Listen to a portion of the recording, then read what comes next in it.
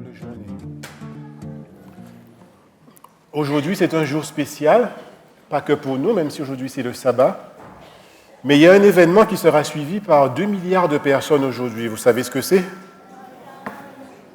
C'est le mariage du prince Harry et de Meghan, pour ceux qui ne savaient pas. Alors ça commence à 11h, mais la cérémonie aura lieu à 15h. Alors je n'ai pas fait exprès, je n'ai pas choisi le sujet en fonction d'eux, mais ça tombait bien.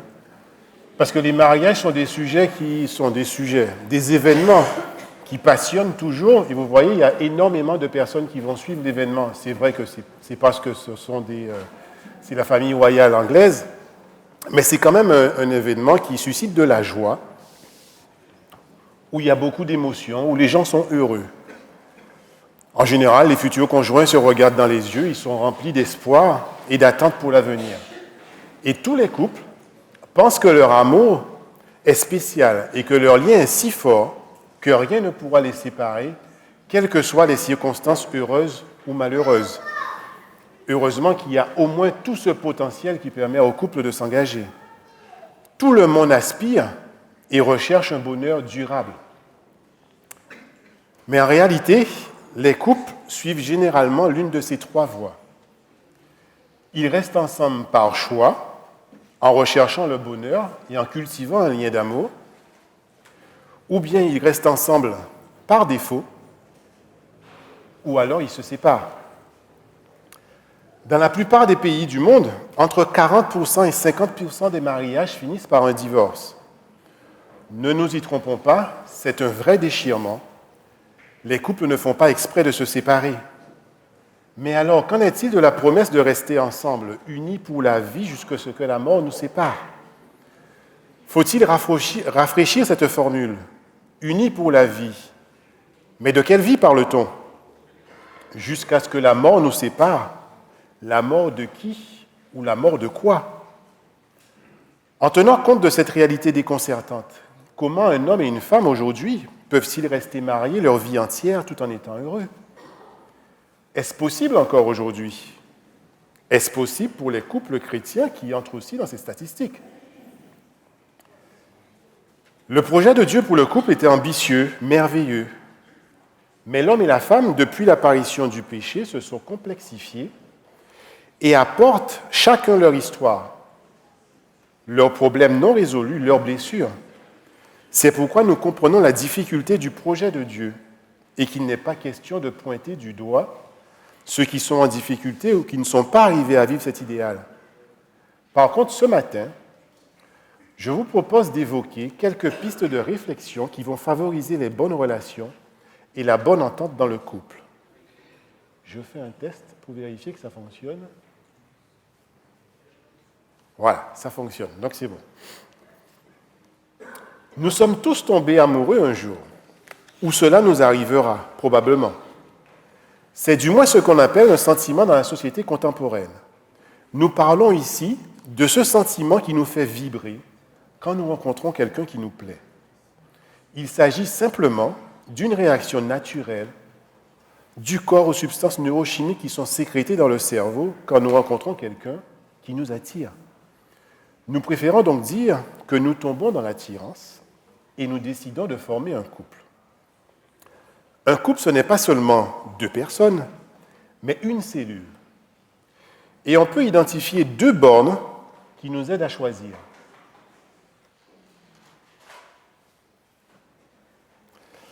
Le modèle attendu, c'est le modèle fantasmé, un scénario que l'on construit en soi, chaque individu, en se projetant dans la vie en deux.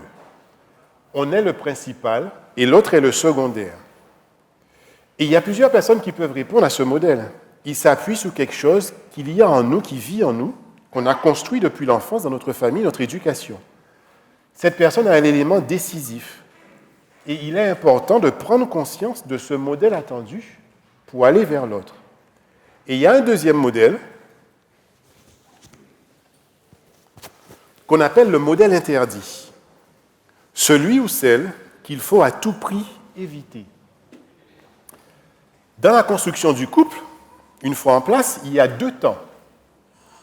La rencontre, le premier temps, c'est un peu pathologique où on attend la réparation de soi par l'autre, et ça peut durer longtemps, ça peut durer le temps qu'il faut.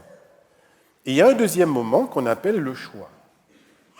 Il y a un instant où il faut accepter l'autre tel qu'il est. Car il y a un impossible dans le lien avec l'autre qui relève de l'altérité. On ne sera jamais superposable, mais on pourra se rapprocher. L'amour n'est donc pas qu'un sentiment, mais un état et un mélange de trois choses. La volonté d'être ensemble, le choix d'être ensemble et la joie d'être ensemble. L'alliance entre deux conjoints, c'est une rencontre qui se transforme en un choix d'entretenir un lien quotidien. Ce lien d'amour, c'est la clé. Tous nos efforts doivent porter sur ce lien que nous devons cultiver avec la plus grande attention.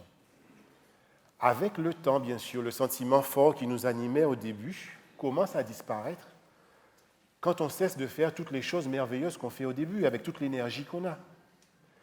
Et on est happé par toutes les situations de la vie, les réalités. Et quand ce sentiment romantique du début s'évanouit, on a l'impression de ne plus être amoureux. Dans son article intitulé « La puissance de l'amour », Sue Johnson souligne que les sciences nouvelles montrent à quel point l'amour romantique est essentiel pour les êtres humains. Les sociologues et les psychologues savent désormais comment fonctionne l'amour et pourquoi ce sentiment peut s'évanouir et ce qu'on peut faire pour qu'il perdure. On a progressé sur ce point. Les fruits de leurs recherches mettent en évidence que de tout temps, les êtres humains ont éprouvé le désir et le besoin d'être liés à quelqu'un et que ce besoin va procurer un sentiment de confiance, de sécurité et de bien-être. Nous recherchons la compagnie du sexe opposé afin d'atteindre un état convenable de bonheur au milieu de l'imperfection dans laquelle nous vivons. Quelqu'un qui va nous apporter amour, soutien et équilibre affectif. Parmi les raisons de nous retrouver en couple, nous allons trouver la recherche de l'amour agapé, un contexte où cet amour va pouvoir s'exprimer, le besoin d'aimer et le besoin d'être aimé. On va aussi rechercher la camaraderie, l'amitié, afin de pouvoir partager des moments idéaux. On va ressentir aussi le besoin de se sentir réalisé pour un meilleur épanouissement, l'estime de soi qui sera mise en valeur. Un partage sexuel réciproque. Ce sera un support pour maintenir l'amour et l'unité. Un partage de paternité et de maternité qui permettra de développer la responsabilité, le bien-être d'être parent, malgré les soucis qui vont avec. La solitude et l'isolement font partie de notre société. Et c'est un phénomène de plus en plus répandu. Les scientifiques sont d'accord pour dire qu'aujourd'hui, plus que jamais, les êtres humains ont besoin d'entretenir des relations authentiques, durables, et qu'il est possible de préserver ces liens. La voie proposée par Dieu dans Éphésiens 5, versets 25 à 33, qu'on ne va pas lire, mais que vous connaissez, « Marie, aimez vos femmes comme Christ a aimé l'Église et s'est livré lui-même pour elle », me semble la voie par excellence. Car le lien d'amour et de confiance dans le cadre du mariage est semblable au lien d'amour, de foi entre Dieu et l'homme. Il y a un parallèle, d'après ce texte, entre le lien d'amour, de foi entre Dieu et l'homme et le lien d'amour et de confiance dans le cadre du couple. À la fin de la semaine de la création, après avoir créé le ciel et la terre, le soleil, la lune, les étoiles, la mer, les animaux, Dieu fait le constat que tout était très bon. Vous le verrez dans Genèse 1, verset 30. À l'exception d'une chose, d'un élément, Adam qui était seul. Et Dieu déclare, « Il n'est pas bon que l'homme soit seul, je vais lui faire une aide qui sera son vis-à-vis. » Nous pouvons tirer de ces textes de la Genèse les principes suivants donnés par Dieu. Le couple est un moyen donné par Dieu pour se construire et s'épanouir et non pas un but à atteindre. C'est le premier élément. Deuxième élément tiré de la Genèse, où il est parlé de quitter, s'attacher et devenir. Cela devient un engagement durable à s'investir dans le mariage dans des circonstances agréables ou difficiles parfois. Et quand je parle de circonstances difficiles, je ne parle pas de circonstances catastrophiques comme les violences conjugales, les abus, les infidélités, ou là où il est nécessaire de consulter pour que cela cesse. Dans la Genèse, nous trouvons encore l'altérité, la différence qui est mentionnée comme positive, même si cela va à l'encontre des traditions associées au mariage, débouchant avec souvent des relations légalistes et inflexibles qu'on voit aujourd'hui. Autre point qui est mentionné dans la Genèse, le respect de l'autre comme créature de Dieu. Il y a une égalité entre l'homme et la femme, égalité de création et de rédemption. Autre élément, la réciprocité et le dialogue. La corresponsabilité face aux enfants. La solidarité dans le projet du couple qui permet à l'autre de devenir auteur de lui-même. C'est un engagement à s'intéresser aux besoins de l'autre, à nourrir la relation de manière durable. Et enfin, Dieu donne un dernier élément au premier couple qui est de garder, cultiver et jouir du jardin. On peut voir cela comme le jardin d'Éden, mais aussi pour leur couple. Dieu créa donc les êtres humains pour qu'ils entretiennent des relations d'abord avec lui et deuxièmement avec les autres. Quand il créa Adam puis Ève, il savait que les êtres humains auraient besoin de relations leur permettant de vivre dans la confiance et l'intimité. La Bible nous dit qu'Adam et Ève étaient tous deux nus et ils n'en avaient pas honte. Et Dieu savait également que ce niveau élevé d'intimité impliquerait donc une grande vulnérabilité qui pourrait être dangereuse si elle n'était pas associée à un engagement et à une alliance. Malheureusement, dans Genèse 3, nous constatons quels furent les effets du péché sur Adam et Ève et sur leur mariage. L'admiration, la réciprocité et l'unité du premier couple a cédé la place à la défensive, aux reproches, à l'hostilité, à la séparation et à l'égoïsme.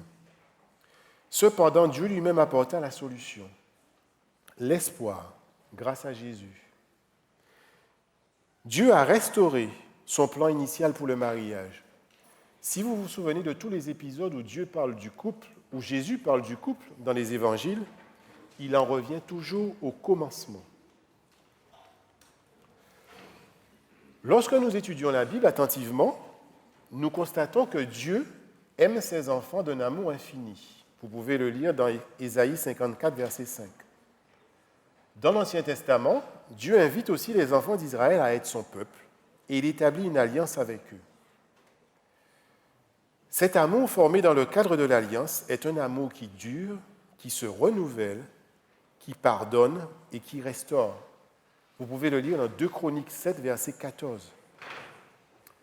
Dans Éphésiens 5, Dieu évoque la relation qu'il entretient avec son peuple en la comparant à un mariage. C'est le texte que j'ai affiché précédemment, faisant ainsi du mariage le symbole de l'union de Christ et de l'Église.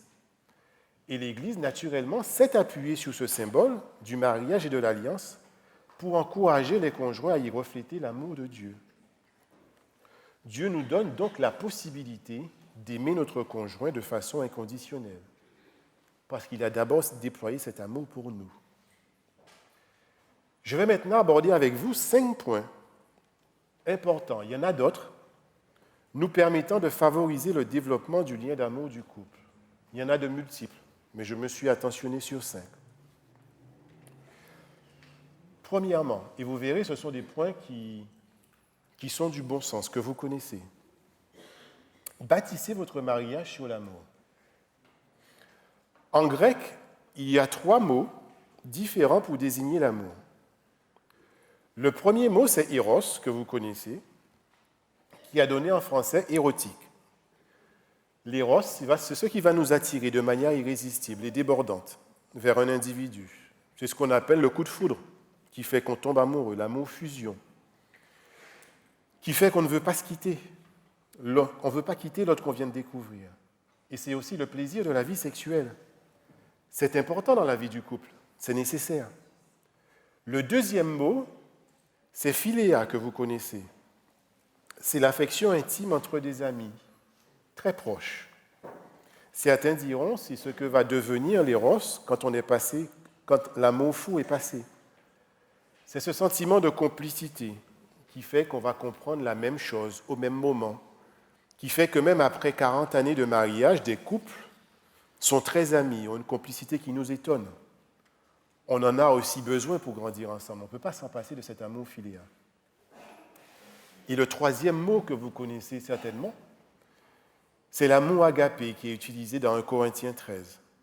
L'amour qui n'a pas de passion jalouse, qui ne se vante pas, qui est bon, qui se réjouit avec la vérité, qui pardonne tout, qui croit tout, qui espère tout, qui endure tout, qui ne succombe jamais. Et ça, c'est l'amour que Jésus a pour nous.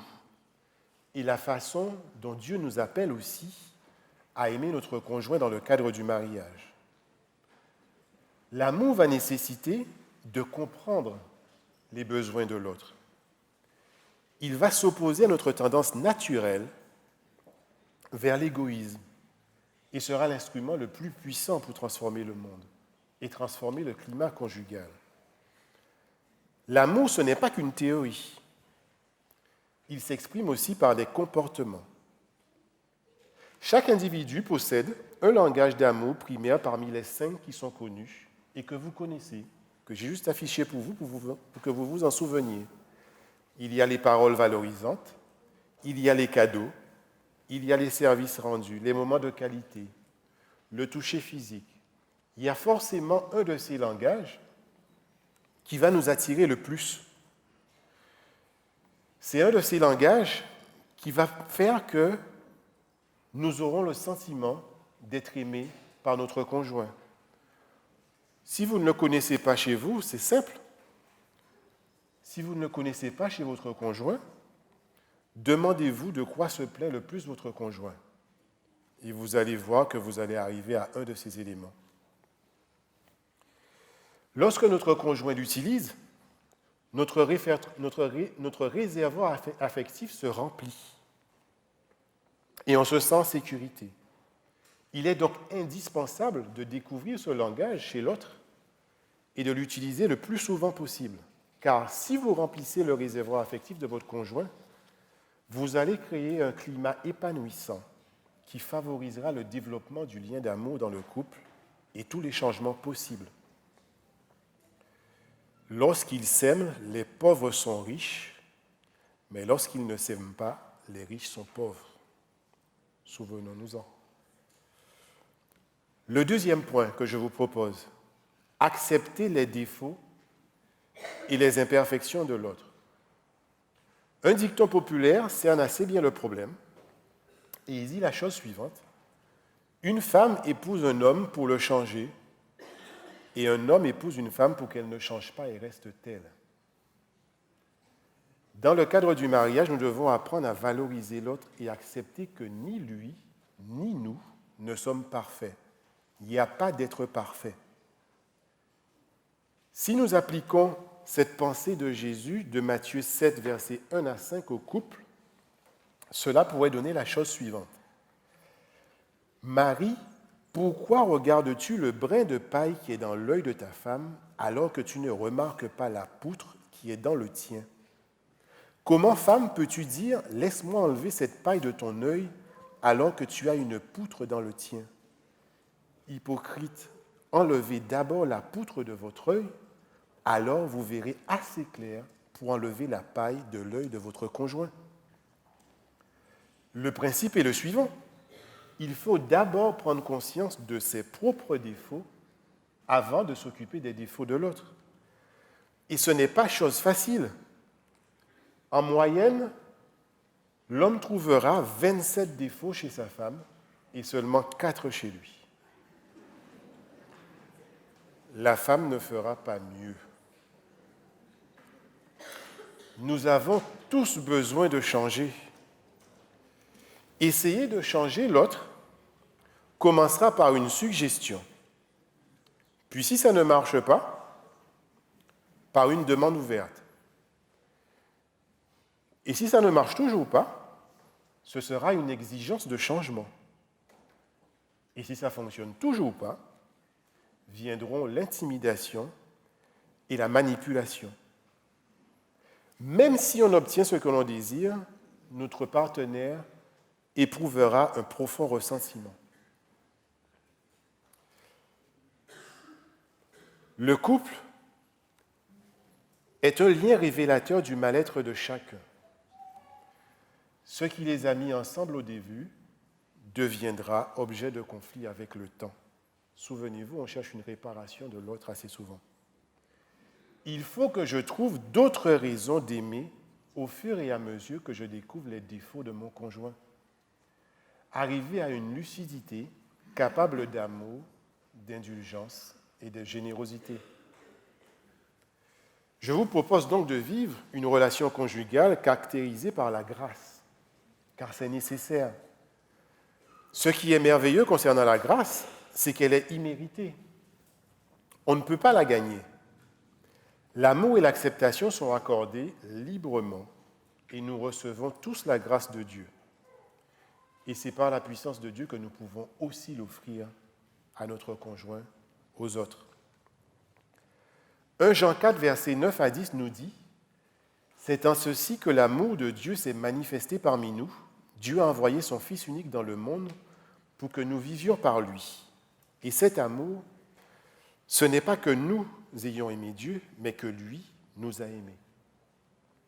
Il faut donc donner de l'amour au lieu d'en exiger.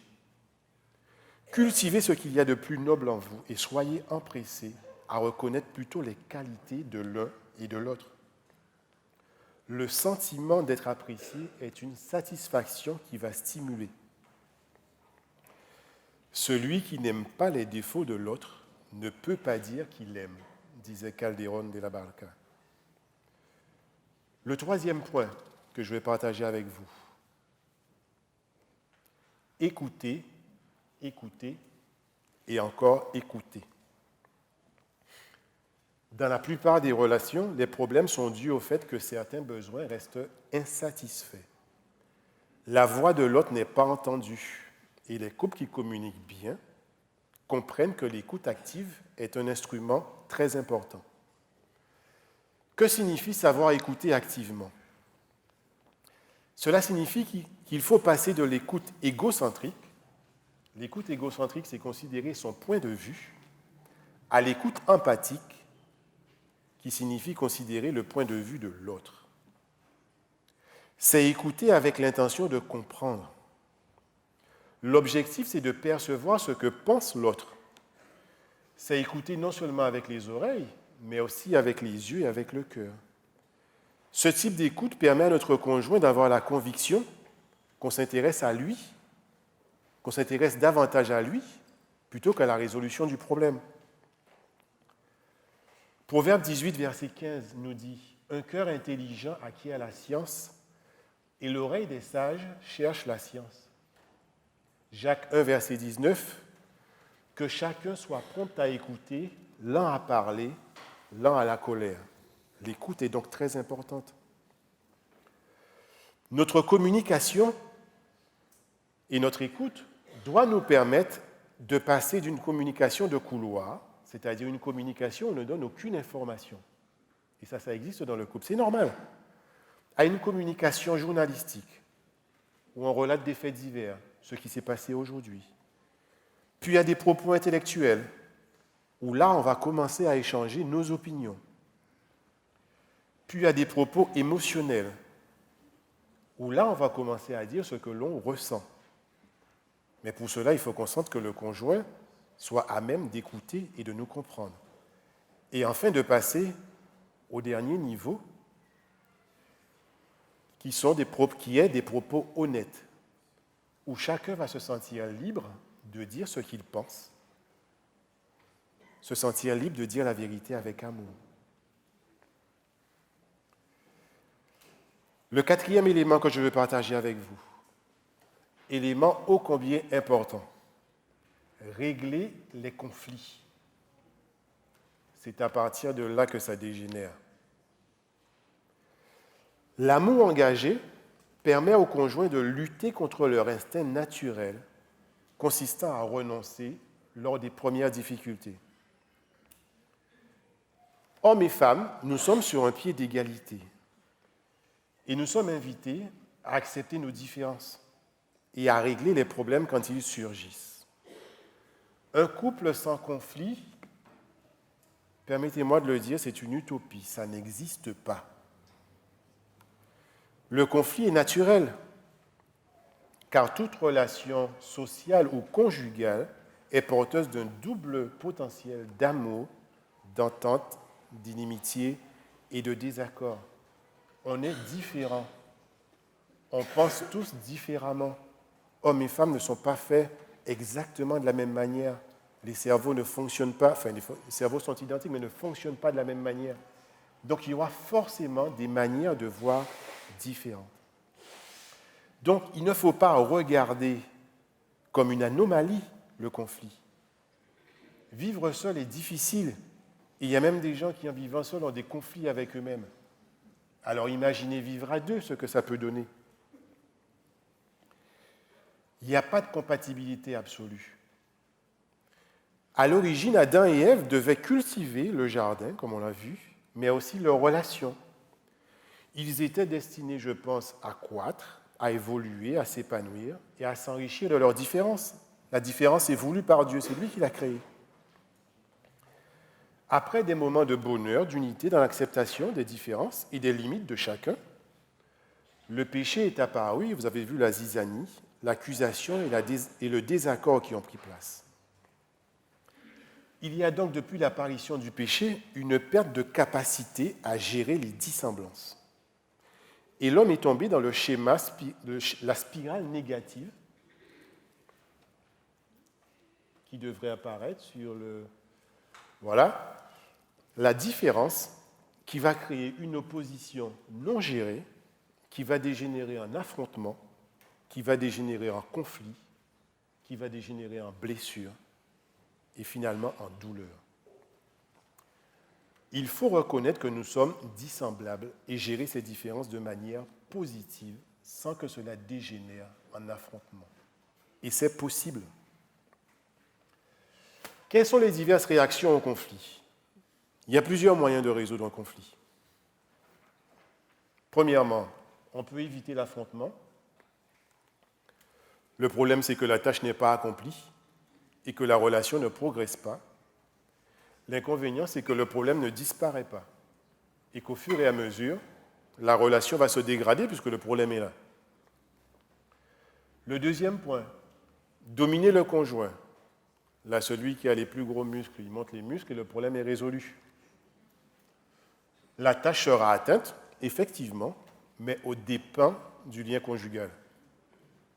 L'inconvénient, c'est que le perdant est amer, celui qui domine fait des abus, et cela abîme le perdant. Troisième point, trouver un compromis. Là, il y a des chances que la tâche soit atteinte. La relation est plus ou moins préservée. Le problème, c'est que le problème n'est pas vraiment résolu et que d'autres désaccords risquent d'apparaître au fur et à mesure. Mais bon, l'avantage, c'est que ça débloque la situation à court terme. Donc, ça peut être une situation de transition. Le quatrième point, céder et se sacrifier. Ce que font certaines fois. Ici, on vise la qualité de la relation en priorité et la tâche va passer au second plan. Donc l'avantage, c'est que l'harmonie peut sembler préservée, mais le désavantage, c'est qu'il y en a un qui est en position de victime. Et cela laisse un boulevard pour l'autre pour qu'il devienne dominateur. Le point sur lequel il faudrait attirer notre attention, c'est collaborer pour résoudre le différend. Où là, il y a un équilibre entre la tâche et la relation. L'avantage, c'est que cela améliore la relation du couple, favorise la participation de chacun. Le problème sera résolu au final. Mais l'inconvénient, c'est que c'est difficile, ça prend du temps, Et cela nous demande de renoncer à notre pouvoir et à être attentif à l'autre. Et un changement de mentalité chez nous pour que ce soit gagnant-gagnant et non pas gagnant-perdant. Le dernier point que je veux développer avec vous, c'est le pardon. Le pardon est la première étape de la guérison et de la réconciliation dans toutes les relations. Dans le cadre du mariage, les deux conjoints se font inévitablement du mal. Souvenez-vous, ils étaient nus, Adam et Ève. Quand nous reconnaissons nos erreurs, nous nous repentons et changeons de comportement, nous pardonnons et renonçons à ce qui nous semble être le droit de punir ou de nous venger. Quand nous parvenons à pardonner, quand nous parvenons à ne pas pardonner, l'amertume et le ressentiment grandissent. Et c'est le pardon qui peut nous libérer de cela. En fait, le pardon va davantage servir à celui qui pardonne. Colossiens 3, verset 13 nous dit « Supportez-vous les uns les autres et faites-vous grâce. Si quelqu'un a à se plaindre d'un autre, comme le Seigneur vous a fait grâce, vous aussi, faites-en de même. » La puissance de Dieu est là pour nous aider à pardonner. Mais souvenez-vous que le pardon reste un choix. Quand nous choisissons de pardonner, nous honorons aussi Dieu. Quand les couples franchissent ces différentes étapes que je vous ai proposées, que j'ai partagées avec vous ce matin, et il y en a d'autres, comme je vous l'ai dit, ils bâtissent leur mariage sous le roc avec l'aide de Dieu. Et ils rendent solide en dépit des circonstances qui peuvent survenir.